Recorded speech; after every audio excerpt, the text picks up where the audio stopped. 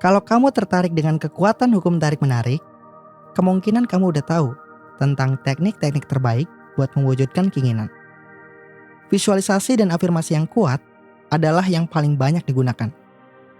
Mereka gampang buat yang baru mulai dan benar-benar kuat buat yang udah mahir. Tapi ada teknik manifestasi lain yang sebaiknya kamu coba kalau mau benar-benar menguasai cara menggunakan hukum tarik-menarik dengan efektif. Berikut 8 teknik manifestasi Law of Attraction terbaik yang harus kamu gunakan. Yang pertama, visualisasi dengan sudut pandang berbeda. Pas lagi melakukan latihan visualisasi kreatif, pasti bayangin diri sendiri lagi ngelakuin hal yang pengen diwujudkan kan? Nah, coba deh bayangin dari sudut pandang orang lain. Kayak lagi ngeliatin diri sendiri dari luar. Tahu nggak? Para atlet top sering banget ngebus kemampuan mereka dengan cara visualisasi kayak gitu. Kamu juga bisa mencoba ganti perspektifnya. Lihat mana yang paling efektif buat kamu. Sebenarnya, banyak yang bilang pakai sudut pandang orang lain ini hasilnya oke banget. Meskipun mungkin butuh waktu sedikit buat terbiasa, kalau selama ini selalu bayangin dari sudut pandang kamu sendiri. Yang kedua, pergeseran titik niat. Sebenarnya, ini kayak rahasia andalan dari hukum tarik-menarik. Banyak banget keberhasilan yang aku alamin gara-gara ngerti lebih dalam soal titik niat dan belajar cara ngasih arah yang lebih jelas dan mantap ke semesta. Gak sedikit juga sih, teknik titik niat ini bisa jadi satu-satunya cara yang benar-benar penting buat pakai hukum tarik-menarik dengan baik.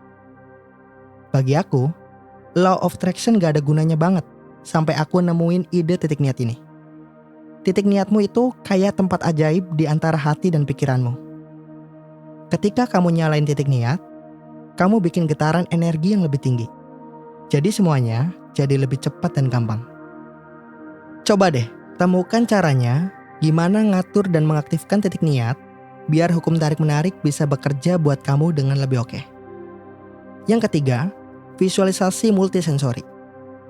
Selain mengubah sudut pandang saat melakukan visualisasi, gak kalah pentingnya buat kamu belajar cara visualisasi yang melibatkan lebih dari satu indera. Maksudnya, pas kamu bayangin kehidupan impian, jangan cuma pakai mata doang. Pakai seluruh indera kamu, biar gambarannya jadi sejelas mungkin.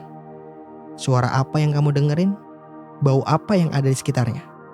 Dan kalau kamu menyentuh sesuatu atau seseorang, gimana rasanya? Semakin banyak indera yang terlibat, semakin kuat upaya kamu untuk mewujudkan impian. Lebih baik punya visualisasi yang padat tapi penuh dengan pengalaman indrawi daripada visualisasi yang panjang lebar tapi cuma ngebahas hari-hari biasa. Yang keempat, mempertanyakan keyakinan kamu.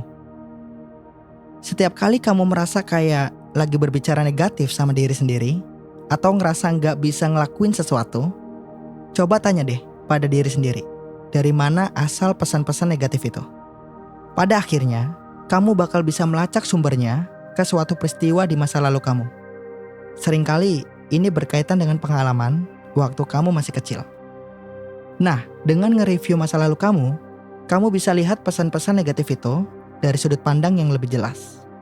Contohnya, kalau kamu selalu mikir kamu gak kreatif, ternyata itu cuma suara guru yang iri dan gak ngerti kamu waktu kecil.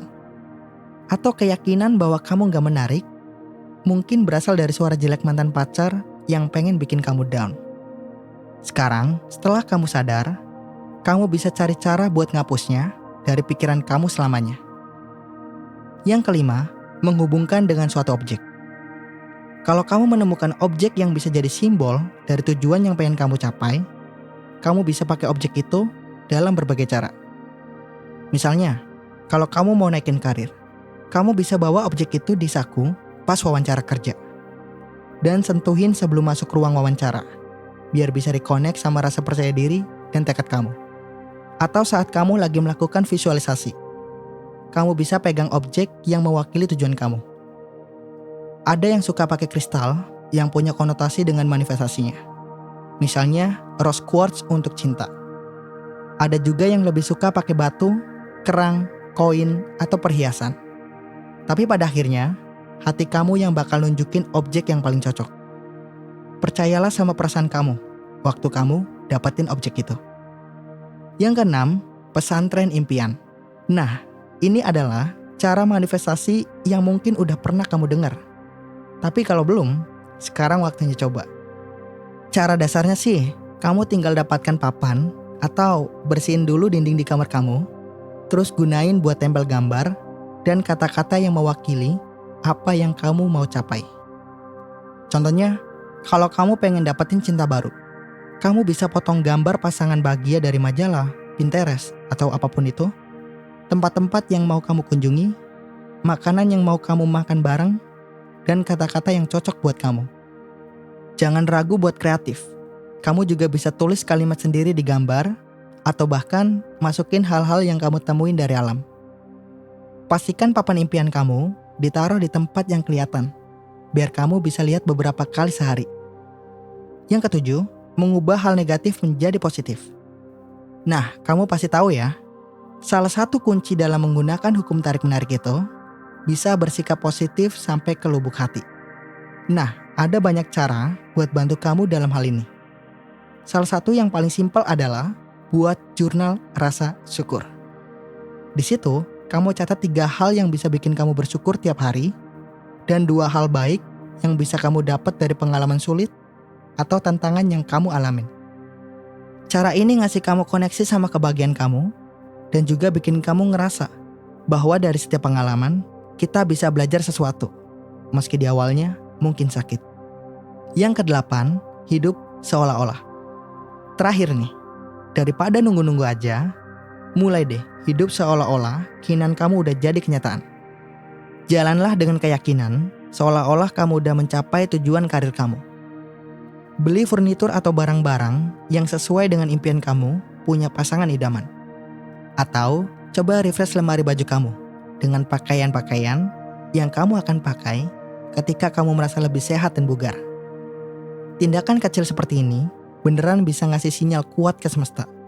Dan yang paling penting lagi, bikin kamu tetap semangat. Terima kasih sudah menonton dan sampai jumpa di video selanjutnya. Bye-bye. Jangan lupa subscribe dan tekan tombol loncengnya ya. See you.